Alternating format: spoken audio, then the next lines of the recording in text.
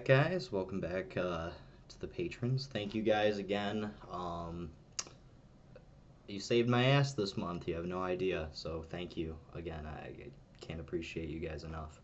So I generally want to keep these videos a little bit short, probably under 10 minutes. I know the last one was about a half hour, and ADD is in this age is hard to sit through something that long. This one's probably going to be a little bit longer too. But as we have it, this is the introduction to dieting, fat loss, and basically the introduction to ketogenic dieting, and then we're going to move on from that. So, before we get into that, hopefully by now you should already have started your gym membership. You should have started Strong Lifts 5x5. You have the app downloaded. You're getting in there 3-4 times a week. Would really like to see that. If you already have a routine down and you prefer to do that, then keep with it. Doing the cardio 30 minutes a day, whether it's biking, elliptical, incline walking, jogging, whatever you want to do, make sure you're doing that. And then hopefully, if you guys listen, then you're already a week in. You're a week in now to only drinking water and black coffee. So really hope to see that out of you guys. We're going to have tomorrow, this is Saturday right now, it's a little late, but Sunday, October 8th, 6 p.m. EST, we're going to do a live AMA type deal, just chit chat in the Discord, so make sure you're available for that too. So, now that we got all that stuff out of the way, what is the ketogenic diet and why is it important? Well, in my experience, it's the best diet to help you drop weight. There is a lot of people that will counter signal it, a lot of people that say it's stupid and a waste of time. It's personally done wonders for me, and I'll kind of show you guys that right now. So the first picture was when I decided to lose weight. That was probably when I was 19. I don't know what year that was anymore. 19, started in February, so pretty chunky, pretty fat. Second picture, that was only 3 months later, 90 days, and I was down to about 160, and that was very scrawny. And then after that, that was a full 9 months of doing keto and lifting, and very low body fat, did not lose any gains, only made gains in the gym, and as you can see, it looked a lot better. So, what is it exactly? How can you do it? And what does it entail? The first thing I'd like to say is dieting is not something a term I'm very happy using. Really, this stuff should be lifestyle changes. This should be something that you don't think I'm going to do this for a month and then get to where you want to be and then go back to your normal eating patterns. A lot of this is going to be dedicated to education and what your body's consuming and what you're actually doing to yourself just from at the dinner table. They say if one of your goals is you just want to have a six-pack, well, 90% of that happens in the kitchen and then 10% happens at the gym. And that's no meme at all. So I'm going to give you guys the tools and give you guys the know-how to not just help yourselves, but if you have family, that's the big thing is parents are usually overweight and fat. You care about them, you can help change their diet and their lifestyle and move towards a healthier, more fit lifestyle and live longer in this clown world. So ketogenic, you might have heard of it before. It's kind of, if you've heard of the term the Atkins diet, it's similar to that. Even if you go to the store now and you go to the diet section, you'll see Atkins bars, and then if you go to the frozen food section, they'll have Atkins meals and stuff. I generally will say stay away from those, especially the frozen meals, just because of soy and the processed foods in them. But if you're really in a crunch, you don't have any time to cook, I guess it's better than nothing. But again, really the main thing is you want to be in control of what you're eating. You want to make your own meals. You want to start becoming not a master chef, not anything like that, but you want to know what's going into your body. and that's the really important part. Keto is really easy to do that.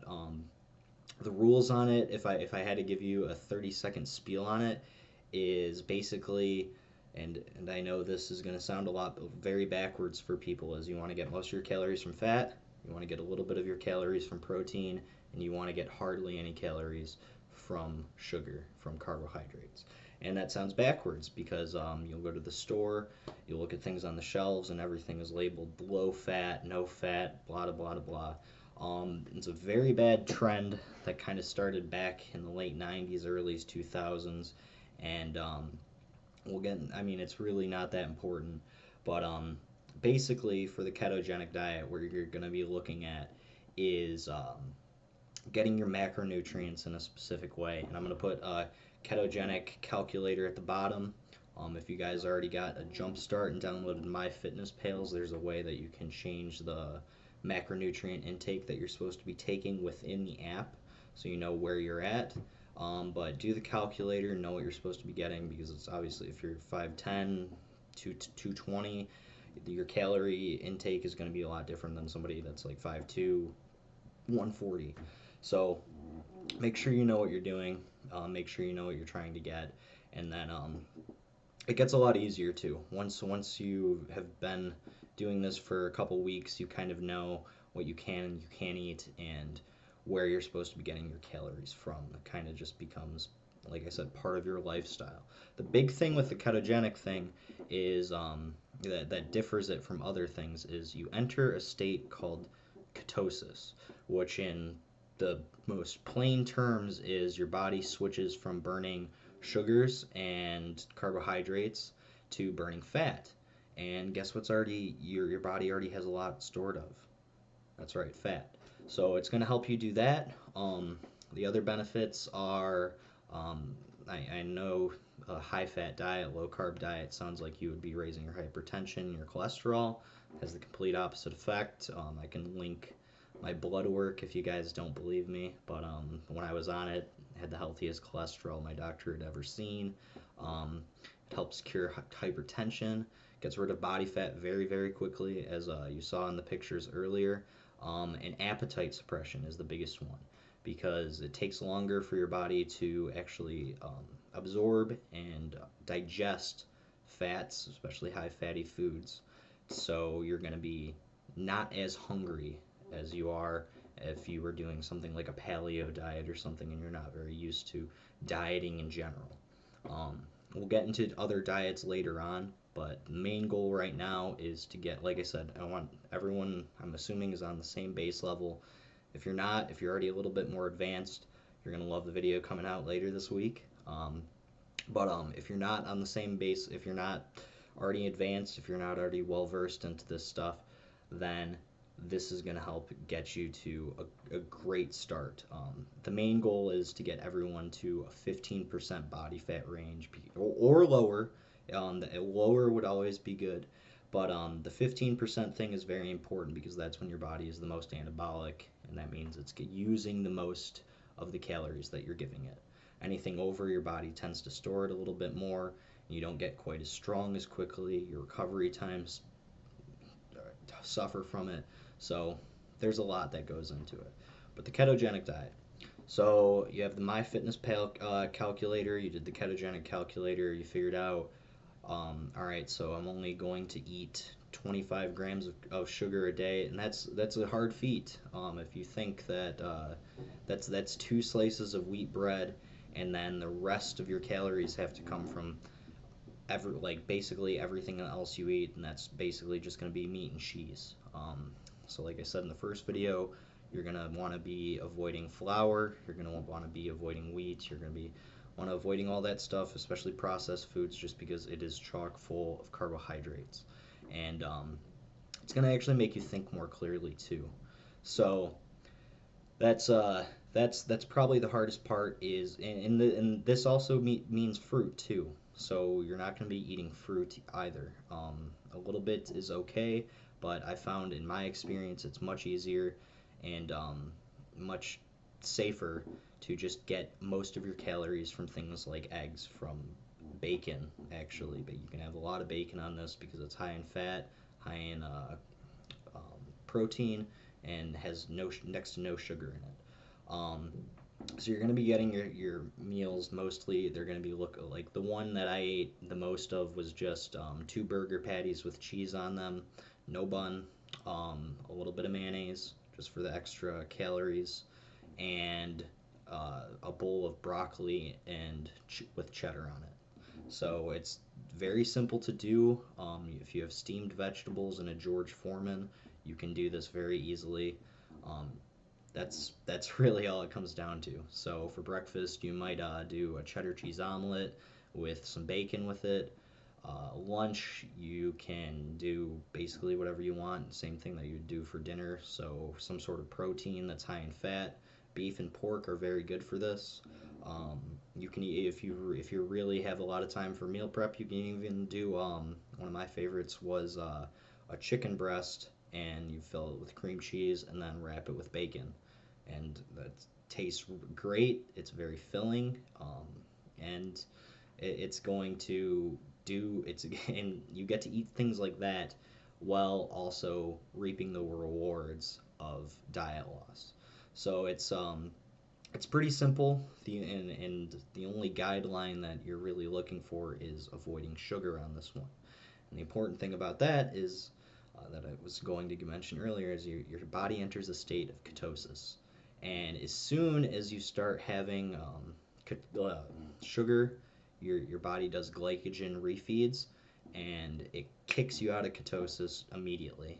It can also do this with diets, pops, and any type of anything that activates your insulin.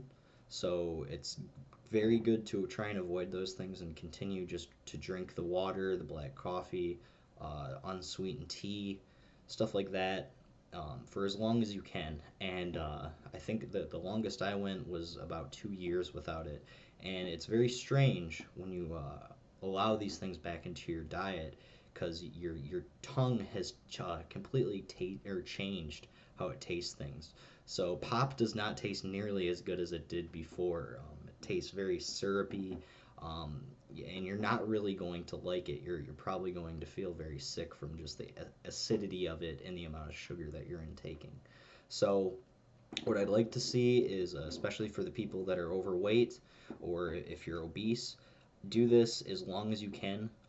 Try and set a goal for yourself. I know it's very very hard, especially with the upcoming holiday season, to try and do this because they, first of all, their candy is the huge thing. I mean, if you go to the office, people are going to be bringing in treats and donuts and whatnot, and you're not going to be allowed to have them. And I'm sorry, and it's going to be a very tough test to your willpower to avoid them.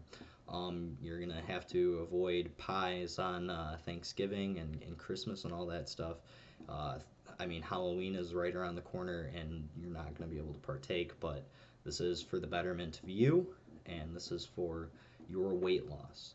Um, Places that I've found, I mean, it's and the other thing too is if you still don't have access to meal prep, if you're in a weird situation where you're not able to cook your own foods, or if you just forget your low agency, it could be anything.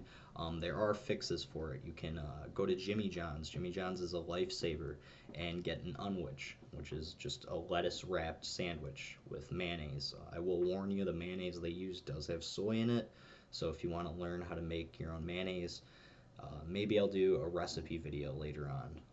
Just because it's very simple, it's very cheap. There's only 4 ingredients to it, and that way you know again what's going into your body. So there are a lot, or if you just go out to eat with your coworkers and you get a burger with no bun, and instead of fries you get a vegetable like broccoli or spinach or something. Yeah, your coworkers are gonna kind of give you a weird look or something, but I mean, the amount of weight you lose and how quickly it is, depending on how overweight you are, it's not unheard of to lose 20 pounds a month on this. So it does work very well. The appetite suppression is insane, and I'm also going to move into how you can kind of increase your weight loss too. If you're already doing a diet, if you already know a little bit about nutrition, I'm going to give you some life hacks on that. bonus multipliers. But try and do this. Start into it. I'm gonna link a guide to or two guides to the beginnings of ketogenics. But basically, if you're watching what you eat, keeping your sugar intake under the 25 grams, then you're gonna be all set. There's also something you can buy, I believe from Walmart and CVS carry it. They're called ketone strips, and they come in a little cylinder, and there's about 100 of them or so. Um, and basically, what they are is they test the levels of ketones in your body. So you pee into a cup, like you're giving yourself a drug test, and you put the strip in, and the darker it gets, the more ketones that are present in your body, which is a good thing. If you put it in and it doesn't turn colors, that means you're not in ketosis yet. And generally, it does take most people about 72 hours of the start of this diet to actually enter ketosis. And you'll read some things online if you do some of your own research that there's something called the keto flu, and that you'll experience sort of a mental fog. I would say generally those are mostly memes. Some people do, and if you do, that's not really a bad sign. That means you're probably on the right track. Another thing too that does happen is, especially if you eat asparagus or a lot of leafy greens, is your piss does change smell, and your breath gets sort of this kind of metallic taste to it, but it's not very bad. It's not super overwhelming where you're gonna be where people are gonna smell it. You'll just kind of breathe out of your mouth and taste it, and that's actually a good thing. That means you're on the right track. So this, by and far, in my experience, is the best and the easiest diet to work your way into to start weight loss. And the longer you stay on it without any cheat days, because I can't stress that enough. As soon as you have one cheat day, you're back at square one. And usually after those cheat days too, since you're refilling your glycogen and your body's gonna bloat up because it's not used to having all that sugar in it, you're gonna look in the mirror and you're gonna be like, I just undid that month and a half of dieting in one night. Was it worth it? And generally, it's just bloating. Sometimes you can eat a lot and kind of underestimate yourself if you decide to eat a whole pizza or go out drinking and have a few beers and stuff. But it's not the end of the world. You can hop right back on it. Don't do the thing where it's like, well, I fell out of ketosis on Thursday. I'm just gonna wait until next Monday. Start the next day. Hold yourself accountable, and that's what the accountability chat's for. So if you have any specific questions about it, let me know. The guides should really cover everything that I didn't. Um, but if you do the calculator, if you do the MyFitnessPal, you really start counting your calories and start counting your macronutrients, then you're going to be in really good shape, and no pun intended there. So for the more advanced people, the intermediate people that may already be doing keto or may already be doing dieting, what are some other things that you can add to that as I guess bonus multipliers? So the first thing I'd add, because of course I don't want to throw too much on you guys, because if you get too much thrown on you and you start having to abide by all these rules, it's more likely you're not going to follow through with them. So the first one I would say would be intermittent fasting, which works out extremely well, especially for appetite suppression.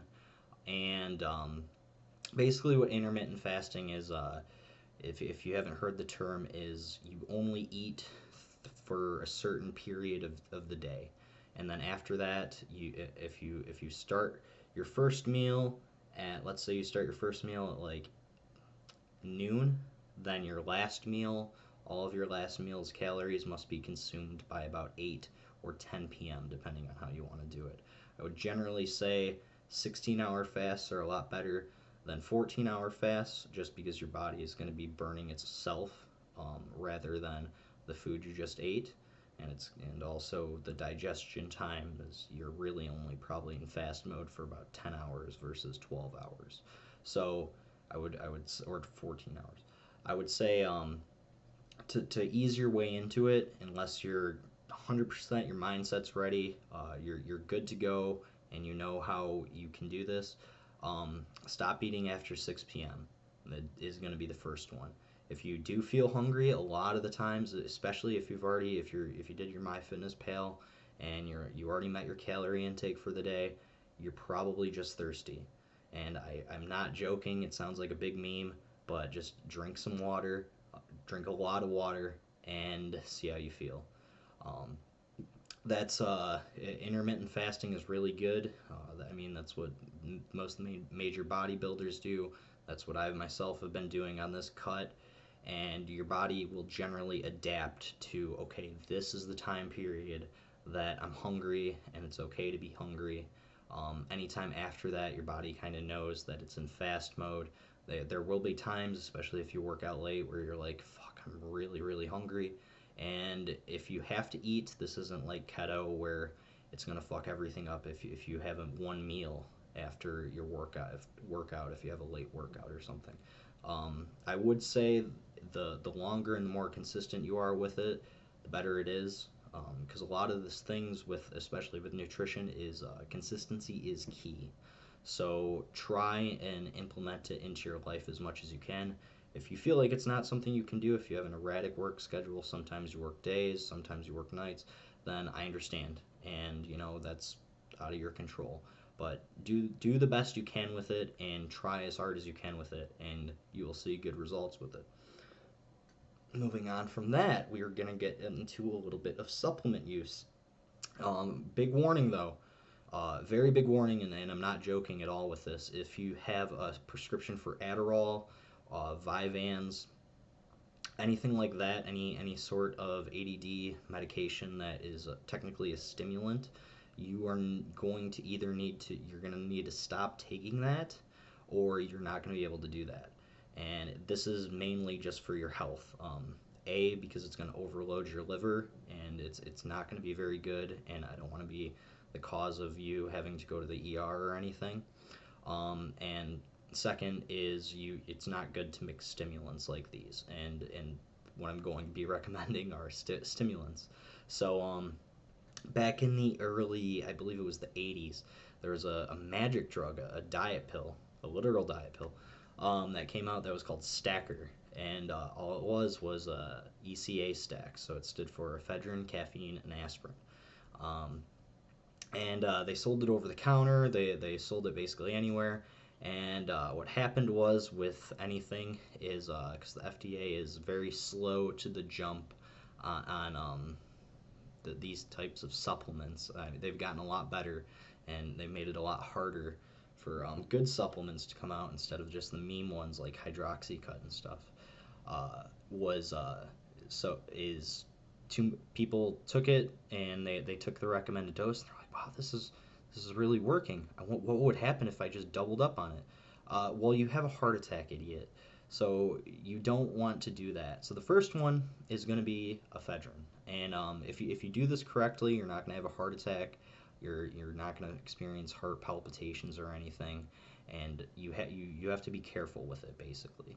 But it does work very well, and for the previous progress pictures I posted earlier, I used ephedrine and Oxyelite Pro, which is going to be the other one that I recommend. But I've had better luck with ephedrine and the ephedrine stack than the Oxyelite.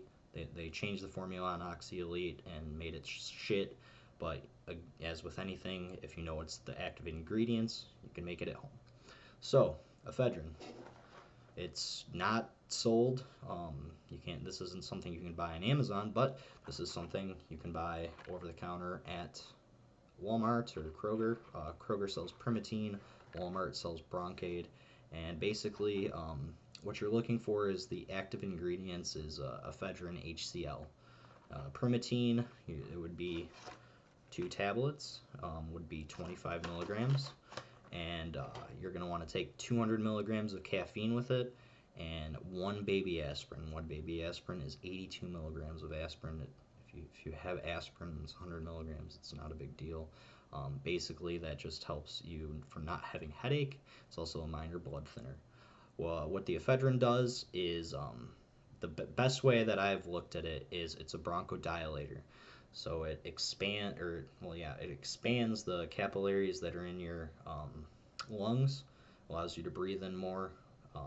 Those drugs are just for asthma, but it does make your body work harder, which increases your metabolism and your caloric intake for the day. So if you have a standard caloric intake that says if you want to maintain this body weight, it's 2,000, it just became 2,200. That doesn't mean that you should be eating an extra 200 calories a day, because then you're canceling it out and wasting your money. That's just giving you a little bit extra breathing room if you do happen to overeat, or if you do want to kind of increase your weight loss. Typically, the way that the ephedrine caffeine stack is done is you take it 3 times a day. The half life on it is 4 hours, so you'll do it every 4 hours, and you'll do it for probably a month, maybe two. I would not go over 2 months, because then you stop experiencing the effects. You start building high tolerance to it, and if you ever choose to do another supercut again, you're really not going to be able to do it. The other thing I would mention too, and this is again very important, same thing with the warning about Adderall, is you don't want to jump in and start doing your stack 3 times a day. This is something you want to cycle into. You want to see how your body experiences it first, and then go off of that. So I would say try doing, for the first 2 days, 3 days of the stack, do it once a day. Do one dose. That's it. You do the 25 milligrams, the 200, the aspirin. After that, move up to 2 doses and do it 4 hours between. And you're also going to want to be careful if you're drinking coffee or anything with this. Usually, this works in two ways. Like I said before, it increases your caloric intake by making your metabolism higher, but it's also an appetite suppressant. So if you've ever been prescribed Adderall or taken Adderall, which I'm sure everyone in the world has at this point, and you notice you don't get hungry, that's kind of what this does as well. Especially in the beginning, it's a really nice feeling. It gives you a nice boost of energy. If you do have minor asthma problems that you didn't know about, you're able to breathe more. Very, very good things. Um, but again, don't overdo it. Don't do 5 doses a day. Do not double up on your doses. I am in good shape, and if I fuck up and double up on my dose and forget that I already took it earlier that day, you feel very bad. You feel like you're gonna have a heart attack, and if you're out of shape, then you're gonna be in bad shape. So set up reminders on your phone. Start at 8. Do your next one at 12, 12:30. Last one 4, 4:30, and you're good for the day. But cycle into it, see how you feel, and go off that. Second one that I mentioned was Oxyelite Pro. The main active ingredient in that was something called yohimbine HCl. So this comes in this particular one. There are different ones, obviously. Comes in 2.5 milligrams, and you'll want to do only 100 milligrams of caffeine with it, and then you'll want to do probably same thing with aspirin with it, 3 times a day. And I would say cycle in with it. And this one, do not double up on. Even especially like this one, I mean, the effects they're a lot stronger than the ephedrine. They work a lot differently because this is technically a thermogenic, so it's going to make your body a lot hotter. You're going to be noticing that you're sweating a lot more. But don't take 5 milligrams and 200 milligrams of caffeine with it, is basically what I'm saying. Just because it's not going to be fun. You're not going to be having a good time, and you got to be careful with this stuff. So that's another bonus multiplier. If you want to min max your diet, you can start off doing the ketogenic diet, throw in the intermittent fasting, throw in the ECA stack, and you're going to be in really good shape. Just make sure you do it correctly. Follow my advice and do it to a T, because I've tested these things personally. I wouldn't tell you guys to do something that I haven't done myself. So don't make the same mistakes that I have before. Don't try and think that I'm fucking with you here. Just stick to that. And I guess the last thing, which is gonna be covered in a later video, probably next weekend, is you you should be eating for your stomach and not your tongue. A lot, especially in Western culture, if you guys haven't noticed, uh, everything needs to taste good. Everything needs to kind of come with some sort of condiment or sauce with it. Even if you have pizza now, people are dipping it in ranch, blue cheese, or pizza sauce. Uh, the meme I would like to break and help you guys break is it's going to tie into the food reward value system. If you guys haven't seen the screenshot that Mena typed up, basically, which I'm going to again go into further, is you want to eat for yourself and not to please your tongue.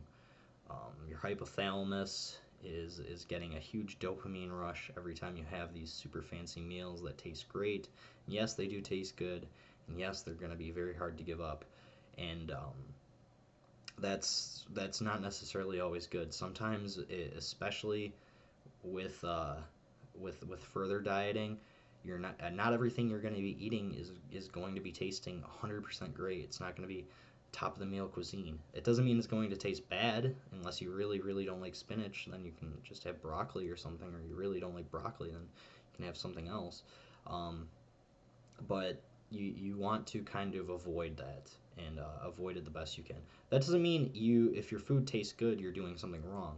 That's why I chose the ketogenic diet in the first place, and that's why I'm telling it to you guys, because it's a very easy beginning diet, beginning lifestyle, and getting yourself ready for future things down the road if you want to continue your fitness stuff. If you're just looking to lower your body fat, lower your body weight, start looking good with your shirt off, then you can stay in that and you don't have to worry about it. And the ketogenic diet's very easy for that.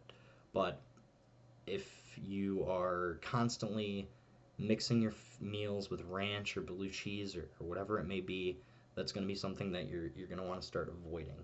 Um, so that basically wraps it up. This is 32 minutes. I was aiming for 20, so I'm sorry about that. But I am going to have a video out later this week, and I'll probably release it either. We'll talk tomorrow, but Tuesday or Wednesday. And that's gonna be on insulin resistance and the importance of that. So if you haven't already started doing your shots of apple cider vinegar, make sure you go to the store and get Bragg's organic with the mother. It says at the bottom with the mother. That's the important stuff. And we're gonna go into that a little bit further. And then I know I've had a ton of requests on supplements, but supplements are just supplements. They just supplement your lifestyle. So the important thing is the groundwork, the foundation for your diet and your fitness, which these first two videos should be laid out by now. So yeah, thank you for watching. Again, thank you guys for your support. You have no fucking idea how much you helped this month, like at all. So thank you from the bottom of my heart. If you have any questions, let me know, and I will talk to you guys tomorrow at 6 p.m. EST.